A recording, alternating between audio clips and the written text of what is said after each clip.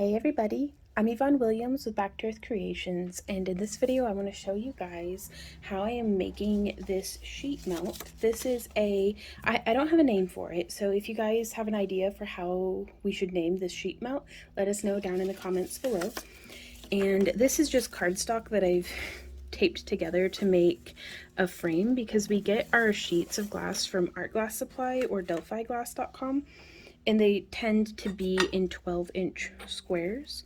And then I just use these little kiln posts. These are 1/2-inch kiln posts to hold the paper up against the glass like so. And this keeps us from losing material out the sides.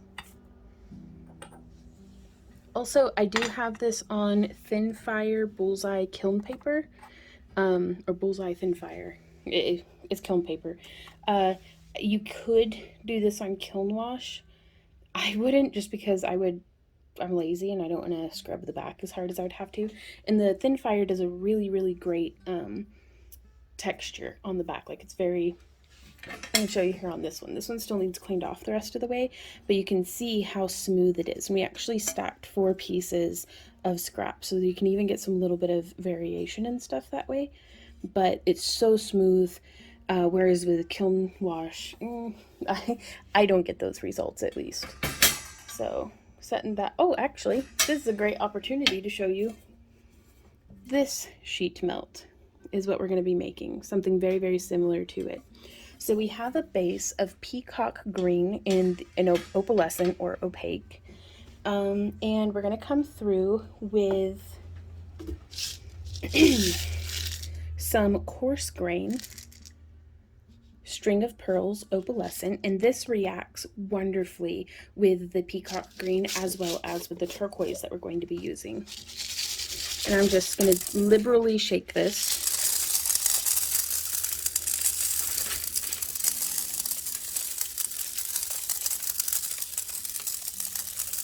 So I don't know if there's like a technical term for this, because I know that there's something called a screen melt, and that's what we'd love to be doing, but we aren't equipped for that just yet. I mean, that's our dream on the horizon. So we just call it a sheet melt, because we're trying to get similar effects to a screen melt, but just with a sheet of glass. And I'm just looking for relatively consistent coverage. Now I'm going to come in with, this is medium turquoise blue in the opalescent. I've said this in glass videos before, but just in case this is your first time watching one of our fused glass videos, the opal does not mean opal like the stone. I thought it did, and I was devastated. I was like, oh no, it's just opaque. I don't know why they don't just call it opaque, but the medium grain of this turquoise gives us some really interesting effects. The turquoise does not react with the peacock green, but it does react with the string of pearls, and I think it gives it a really wonderful effect. And I love using the different sizes of grains of glass, because I feel like it gives us a really cool freckling effect. And now we're going to come in lastly with some clear glass in medium grain as well. Now you could do this out of 90 or 96 COE. The big thing is to just make sure that if you're using 90, use 90 across the board. Here I'm using 96, so I'm making sure that all of my glass is COE 96. And I'm going to sprinkle this in as well, and it's going to look super dense. That's because it is. But it gives like a really cool depth and freckling. And I use this similar technique on a lot of our different sheet melts, but I just like kind of documenting the variations of what colors we use and stuff. So this is almost for my own archival purposes, as well as, you know, if you have a kiln at home, or you're interested in, you know, learning about this and stuff, hopefully it'll be useful to you. So I'm just removing the kiln posts now. I have this on my kiln is a Paragon CS 16S. It's a clamshell 16-inch brick lined kiln, and I have a 15-inch kiln shelf elevated on 1-inch kiln posts is my setup. So that's it. We are going to fire it. The firing schedule will be down in the video description, and I'll meet you guys right back here whenever we get the kiln opened up tomorrow morning. It is the following morning, and here you can see how our sheet melt came out. It has some really cool looking details. And the next step is to chunk all of this up and cap it with some clear and see how that comes out. So that will be, let's do that. Alrighty, so now that we've got our glass cleaned up, I'm going to go ahead and start chunking it up. And I'm not going to talk through that because it's a bunch of horrible noises. So I'm going to try to like do some sound editing. But what I'm going to do is I'm using this scorer here. Just running a line. Now for fused glass, I don't use, I have a separate one of these for whenever we do stained glass, but I don't use oil on this one just because it gets everywhere and I don't like having to clean a bunch of little pieces. So we're going to score it, we're going to whap it with our running pliers, and then just more of the same. So let's do that.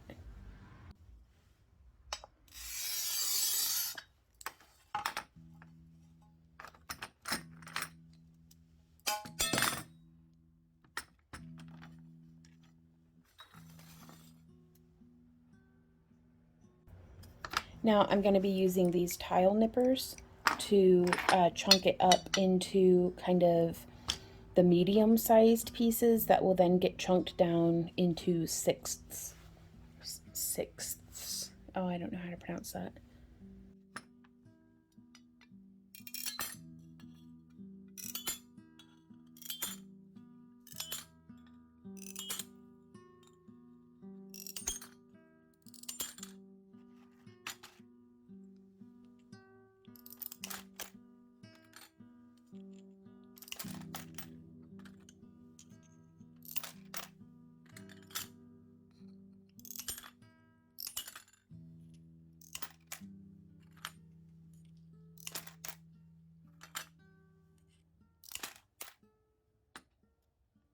So this is what I will continue to do until I have processed the entire sheet.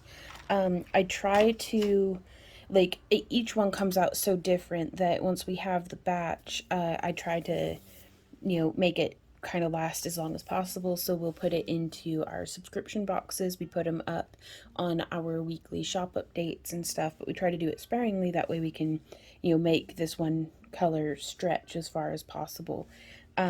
So what the next step would be is that we are going to take, and on these ones especially, I do try to do larger tiles is what we call them. Whenever we're making puddles out of them, because you could do something like this and then just smash it and have a bunch of very randomly shaped pieces. But for stuff like this, I like to have a little bit more control. So the larger the piece, the more of the design it's going to have. And then we would take this and cap it with a piece of 3mm clear glass. And let me actually go rummage out a couple of examples, because we do some where we do some tiles where it hasn't been capped, and I'd like to show you guys that difference. Okay, so here are, like, we'd stack the tiles and then run them through the kiln. The firing schedule will be down in the video description. So this is how the same sheet melt looks after it's been fired yet again, without being capped and clear. And you can see our ivory, or the string of pearls color that we had used. Let me see. Well, just to free up my hand. And this is what they look like when they've been capped with clear. So yeah, it's a string of pearls. The opalescent is the color I like to use. There's all that info on there. But you can see whenever it's been capped, the pieces stretch, and so we get to see a little bit more of the depth of that, like, kind of ivory tone. And so different strokes for different folks. Some people might like these ones and some folks might like these ones, so that's why we try to do both. And Well, I like it. And you can stack it even further if you, I don't have any examples to show of this, but if you're making your own fused glass cabochons, either for in your own work or for sale, you can get even more variety by stacking this on top of, this is that peacock green opal. If I had stacked this on top of another tile of more of the peacock green, I could have gotten an even bigger cab.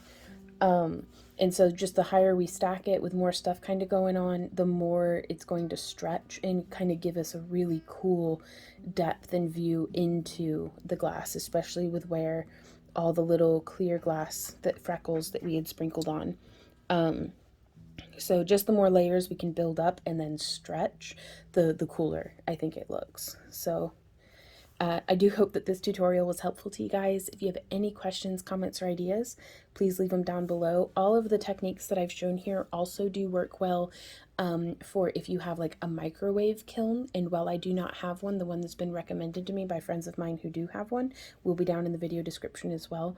But I have so much fun making fused glass, and it's completely changed the way that we do business, especially in times where the supply chain can get very disrupted and shipping is very unreliable sometimes. And so it's been really nice to be able to have the comfort of knowing that I can make my own cabochons. I do not have to rely on ordering from another company, and just the self-sufficiency that this has given us.